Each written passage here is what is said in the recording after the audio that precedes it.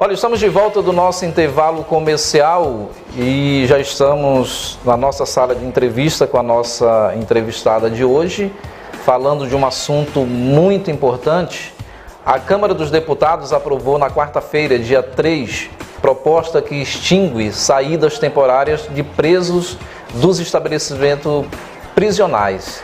Aprovado em plenário por 311 votos favoráveis a 98 contrários. O projeto segue para o Senado, que vai analisar as alterações dos deputados. Estamos recebendo hoje, nos nossos estúdios da bancada Meio Norte, a doutora Dara Lorena Rodrigues Carvalho. A doutora Dara Carvalho é graduada em Direito e pós-graduada em Direito Penal e Processo Penal, mestrada em Criminologia e presidente da Comissão de Advocacia Criminal e Penitenciária da OAB Santa Inês. E é quem vai nos ajudar a entender melhor o que essa tal saída temporária e quais as mudanças previstas na nossa proposta aprovada na Câmara dos Deputados.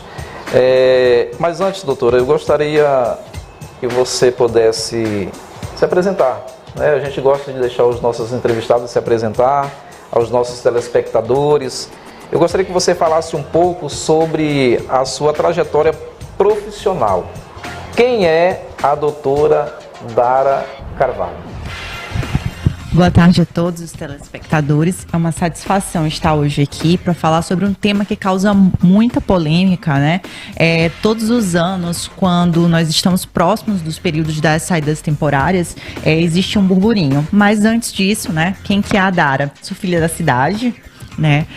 Minha família toda é daqui, sou filha e neta de professores, né? Então todo mundo tem uma prestação social, né?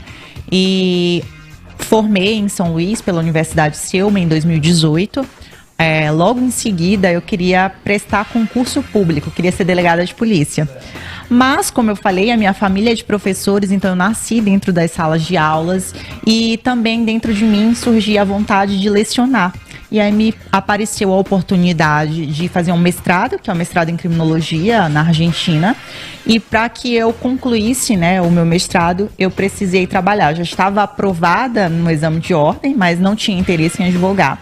E aí me surgiu uma oportunidade aqui na cidade e estou aqui, hoje tenho o meu escritório, né? E já estou há 4 anos, iniciei já na advocacia criminal. É uma área bem procurada, né? Advocacia criminal, geralmente quando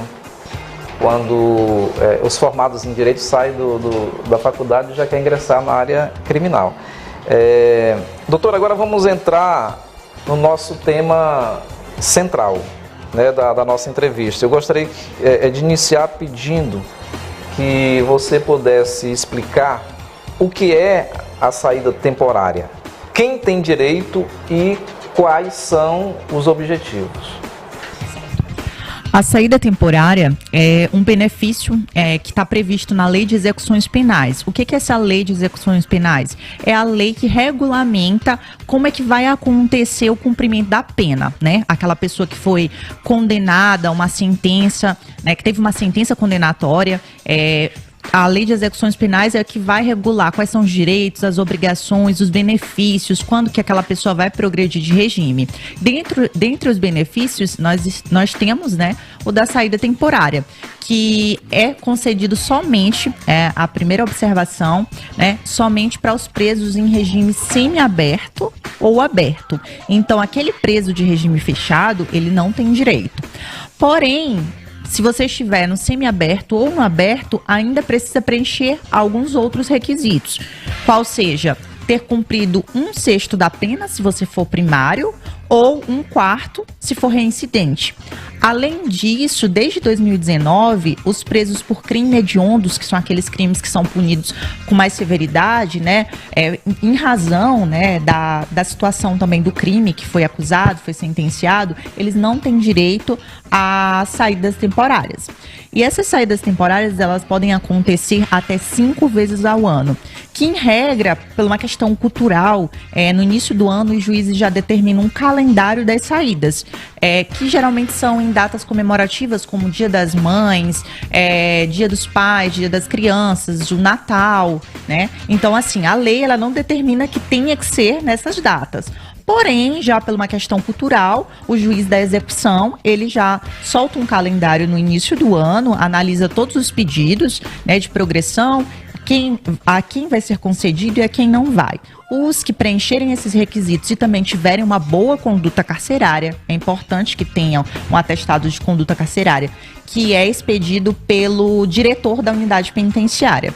Se preenchidos os requisitos, esse preso ele vai poder passar em período não inferior a 7 dias com a família durante 5 vezes ao ano, né? Então, se durante esse período que ele sai, ele descumpre algumas das medidas que são impostas, como, por exemplo, ele não poder se ausentar da residência do endereço, né, informado, sai também com tornozeleira, se deixar descarregar a tornozeleira, por exemplo. Quando retornar, esse preso ele vai passar por um processo de sanção, que se chama PDI, Procedimento Disciplinar Interno, onde ele vai ser disciplinado, ali vai receber uma sanção administrativa, né? E ele vai ficar impedido de ir na próxima saída. Então, veja, não é algo tão brando, não é algo tão fácil como o senso comum acredita. Acredita que por estar preso, automaticamente teria direito a esse benefício. Não é assim, precisa preencher esses requisitos. De fato, acontecem algumas fugas, alguns desses presos que saem, que conseguem o benefício da saída temporária, eles não retornam. Porém, quando é verificado que não houve o retorno, o juiz da execução manda expedir um mandado de prisão preventiva, então ele é dado como foragido. E se em algum momento é localizado, no seu retorno ele já regride de regime, ou seja, que estava no semiaberto volta para o fechado, quem estava no aberto volta para o semiaberto. Certo, entendi. Doutora Dária Carvalho, a proposta, né, quando de sua criação no Senado, trazia um texto que acabou sofrendo modificações na Câmara dos Deputados. Vamos falar sobre o texto inicial, né, o do Senado. O que previa a proposta? A proposta inicial, ela previa um maior rigor para a concessão dos benefícios, né? A saída temporária, como eu falei, elas são concedidas em até 5 vezes e o texto inicial previa que só seria uma vez ao ano, né? Então, não seria a extinção da saída, mas um maior rigor. Considerava-se que são muitas oportunidades de saída, então seria só para um ano e só para réus, né? Para presos primários. O reincidente, aquela pessoa que já foi condenada por mais de uma vez, não seria concedida nenhuma vez. Certo, então a proposta do Senado teria mais rigor, né? Seria bem mais rigorosa. O que ocorreu quando a análise e votação na Câmara Federal? Houve a abolição completa do benefício? Então, na data do dia 3, né, do dia 3 de agosto, por maioria dos votos, o texto foi modificado e aprovado, onde se retira, né, então, não só mais uma vez e nem aos primários seria mais concedido. Então, não existiria mais este benefício dentro da execução penal, benefício da saída temporária para nenhum preso, em nenhum dos regimes de cumprimento de pena e nem que tenha bom comportamento carcerário. Certo. Algumas pessoas, doutora, defendem a extinção da saída temporária, alegando que parte dos condenados, né, acabam cometendo novos crimes quando beneficiados. Também há outro grupo que defende a manutenção da saída temporária sobre o argumento de que o beneficiado já está em fase final do cumprimento, né, de pena ou reinserção provisória, né, no convívio, contribui com o processo de ressocialização. Qual é a sua opinião em relação a este tema? Bom, como estudante de criminologia, né, e também advogada, eu vejo na prática a importância, né, que haja uma reinserção progressiva. O que é isso? Basicamente a pena uma condenação, né, em privativa de liberdade. O que ela tem intenção? Você descumpriu uma norma social, ou seja, roubou ou matou, né, descumpriu uma norma. Então você é retirado do seio social porque considera-se que você não está apto para conviver em sociedade, já que você não segue as normas que são impostas, que são as leis, Código Penal, por exemplo, né? Então você é retirado para que você seja ressocializado. Então, se você recebeu uma pena, por exemplo, de regime que o início do cumprimento é em regime fechado, vai chegar um período que você vai passar para o semiaberto. No semiaberto, você já vai poder realizar atividades externas, como, por exemplo, o trabalho. Trabalho em outros lugares, trabalho para órgãos públicos ou até mesmo em empresas particulares. Então, o preso ele sai durante o dia para trabalhar e retorna à noite. Então, a minha opinião é que essa reinserção progressiva, ou seja, aos poucos, ela é de suma importância. Porque imagine só quando nós olhamos para, por exemplo, civilizações não. Nós olhamos para sociedades que não são civilizadas, pessoas que vivem afastadas da sociedade.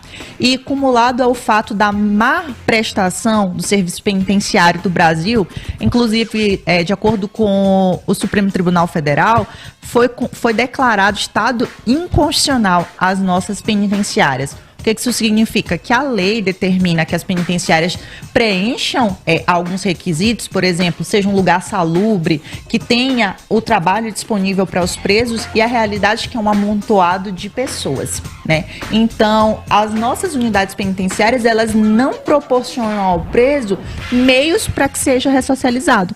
Acontece frequentemente que o preso quer trabalhar e não tem vaga disponível.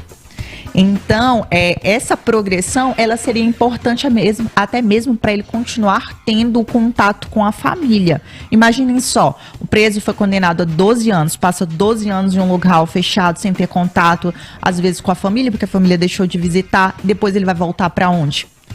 Vai voltar para a rua, às vezes para o crime, ou vai virar um pedinte, algo do tipo.